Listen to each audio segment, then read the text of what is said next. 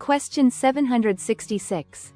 Sellers can extend credit to a buyer through use of A deed, B. Option, C. Land contract, D. Easement. Correct answer is C. Land contract. A deed is a legal document that transfers ownership, title, of real property from one party to another. It is the instrument of conveyance, not a method of extending credit. An option grants a potential buyer the right to buy a property within a set time frame. However, it doesn't obligate them to complete the purchase. This arrangement typically doesn't involve the seller providing financing for the purchase price during the option period. An easement is a legal right to use another's land for a specific purpose, e.g., a driveway across a neighbor's property. It has nothing to do with extending credit for the purchase of the property itself. Land contract, also known as a contract for deed, installment land contract, or real estate contract. This is a specific type of seller financing where the seller retains legal title to the property while the buyer takes possession and makes installment payments. The buyer gets equitable title, the right to eventually gain full ownership. Only when the buyer has paid the full purchase price, or a significant portion, does the seller convey legal title to the buyer via deed. This directly involves the seller extending credit.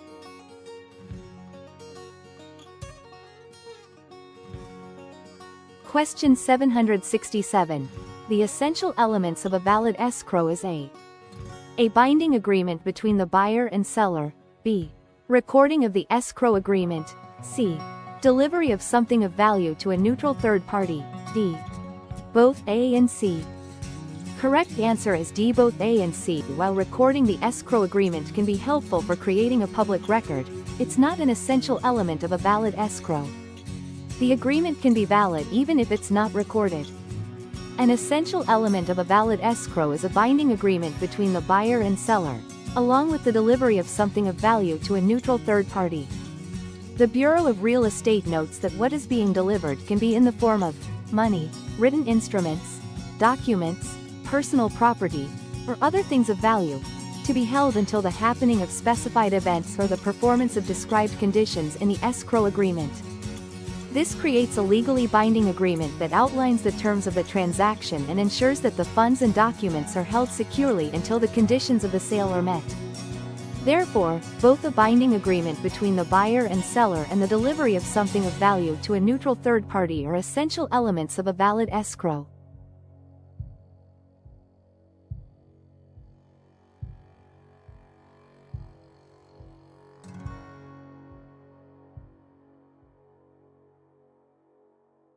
Question 768.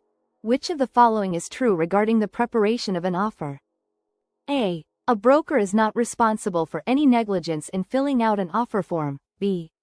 A broker can offer limited legal advice regarding a clause in the offer. C. A broker cannot fill out pre-printed offer forms. D. The buyer can compose his own offer. Correct answer is D. The buyer can compose his own offer. Real estate brokers and agents owe a fiduciary duty to their clients and are expected to exercise reasonable care and skill. They can be held responsible for negligence, errors, or omissions in preparing documents like offer forms that result in harm to their clients. Real estate brokers and agents are not licensed to practice law and generally cannot provide legal advice. They can explain the meaning of pre-printed clauses as understood in common real estate practice. But they cannot interpret them legally, advise on their legal implications, or draft specialized legal clauses.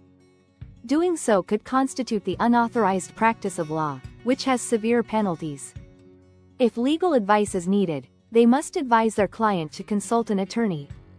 This is a common pitfall for real estate licensees.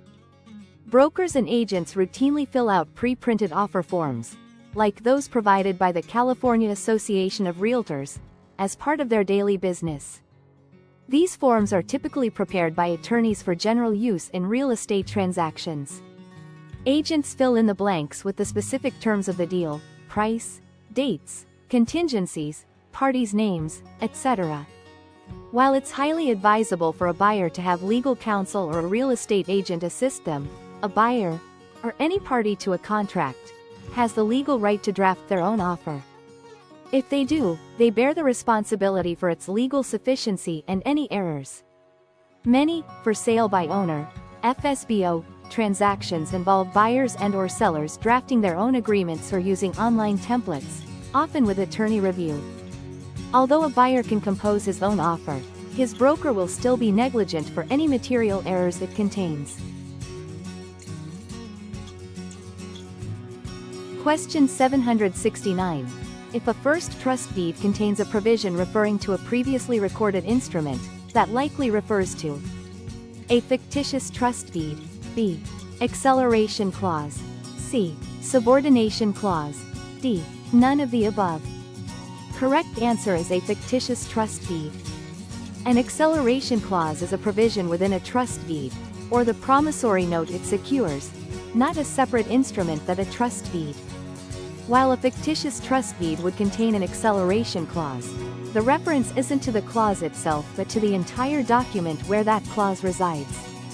A subordination clause is also a provision within a trust deed, or a separate agreement, that changes the priority of liens. It's not a standalone previously recorded instrument that a first trust deed would generically refer to in this manner. The term fictitious deed of trust is a modern legal term referring to a general deed of trust recordable in every California county, containing all the standard provisions normally used in actual transactions. The pre-recorded fictitious deed is incorporated by reference in each short-form instrument prepared for a particular transaction. In real estate, particularly in California, it's common practice to use fictitious trust deeds, also called master deeds of trust. A fictitious trust deed is a long document containing all the standard clauses, terms, and conditions that are common to many trust deeds, e.g., provisions for default, insurance, taxes, due on sale clauses, etc. It is recorded in the county where properties are located, but it does not refer to any specific loan or property.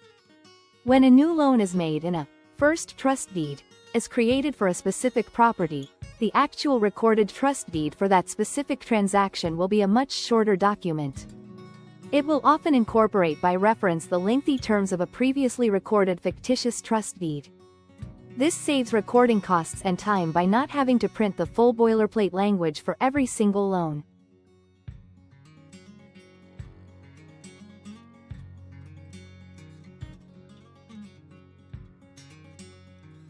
Question 770.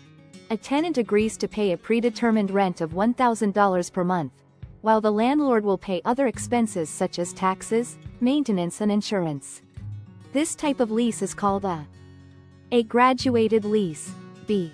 Percentage lease, C. Fixed lease, D. Net lease. Correct answer is C. Fixed lease. Graduated lease is a lease where the rent payments increase at specified intervals over the term of the lease. This doesn't match the description of a predetermined, flat monthly rent. In a percentage lease, the tenant pays a base rent plus a percentage of their gross sales. This type of lease is common in retail properties. This doesn't match the scenario. In a net lease, the tenant pays a base rent plus some or all of the property's operating expenses, like property taxes, insurance, and maintenance. This is the opposite of the scenario described, where the landlord pays these expenses.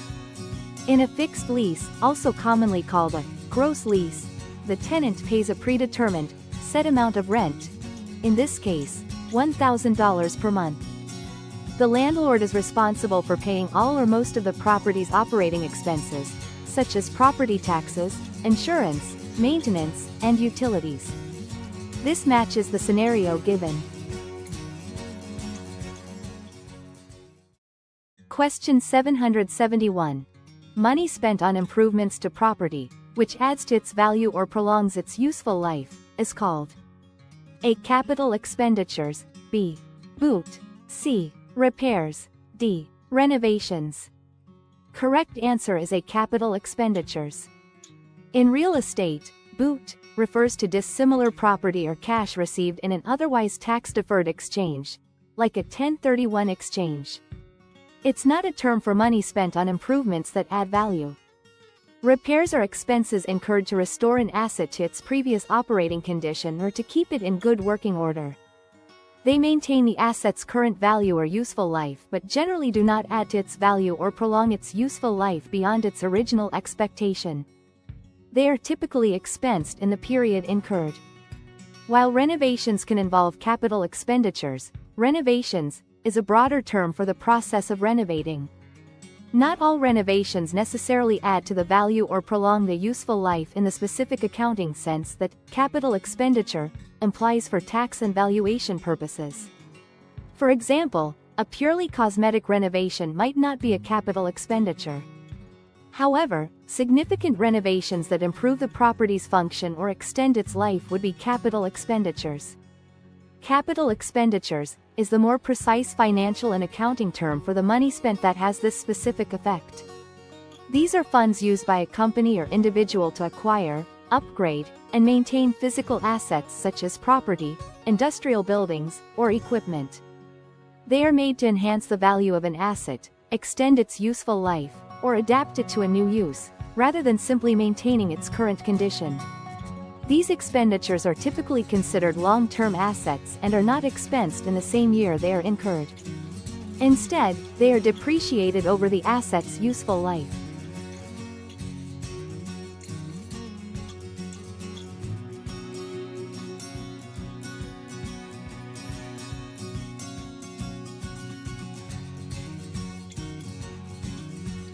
Question 772. The kind of loan usually made by a private lender, with a high rate of interest and backed by the value of the property, not the borrower's credit score, is A. Soft money mortgage, B. Hard money mortgage, C. Construction mortgage, D. Package mortgage. Correct answer is B. Hard money mortgage. Soft money mortgage is not a standard, recognized term in the real estate lending industry. Construction mortgages primarily fund the building of new properties. While private lenders might offer them, their main feature is their specific purpose, financing construction. Unlike hard money loans, they aren't necessarily solely backed by property value over credit, nor do they always carry the same high interest rates. A package mortgage includes not only the real estate but also personal property and appliances, like furniture, washer, dryer, refrigerator. It describes what is included in the collateral, not the characteristics of the lender or the risk assessment. Hard money mortgage is typically issued by private investors or companies rather than traditional banks. They are characterized by 1. High interest rates. Due to the higher risk involved, often borrowers who don't qualify for conventional loans, or properties that need significant work. 2. Asset-backed. The loan is primarily secured by the tangible value of the real estate, the hard asset, rather than the borrower's creditworthiness or ability to repay from income. Lenders are more concerned with the property's equity and its potential value. 3. Short-term. Often used for bridge financing, fix and flips, or situations where quick funding is needed.